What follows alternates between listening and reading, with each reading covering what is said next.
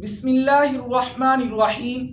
سوال کیا گیا ہے کہ شرمگاہ کو اگر ہاتھ لگ جائے تو کیا وضو ٹوٹ جاتا ہے، دوبارہ سے وضو کرنے کی ضرورت باقی رہتی ہے؟ تو توجہ کے ساتھ یہ مسئلہ سمجھ لیجئے۔ ہمارے ہاں عوام الناس میں یہ مسئلہ بہت ہی زیادہ زیر بحث رہتا ہے۔ عوام الناس اس مسئلہ کی حقیقت سے واقف نہیں ہے۔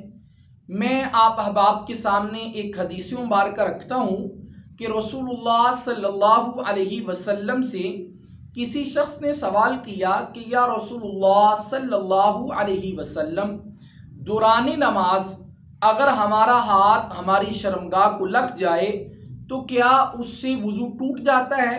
تو رسول اللہ صلی اللہ علیہ وسلم نے ارشاد فرمایا کہ نہیں، اس عمل سے وضو نہیں ٹوٹتا، چونکہ آپ کی شرمگاہ وہ بھی آپ کے جسم کا ایک حصہ ہے۔ اس لیے احناف نے اس حدیث مبارکہ سے یہ موقف اپنایا کہ اگر کسی شخص کا ہاتھ لگ جاتا ہے اپنی شرمگاہ کو، چاہے اس میں کپڑا کوئی حائل ہو یا نہ ہو، اس عمل کی وجہ سے اس کا وضو نہیں ٹوٹتا۔ ہاں، مستحب عمل یہ ہے کہ اگر بغیر کپڑے کے شرمگاہ کو ہاتھ لگا ہے تو پھر اس صورت میں اپنے ہاتھوں کو دھو لیا جائے، لیکن اس کا وضو نہیں ٹوٹتا، اس کا وضو برقرار رہتا ہے۔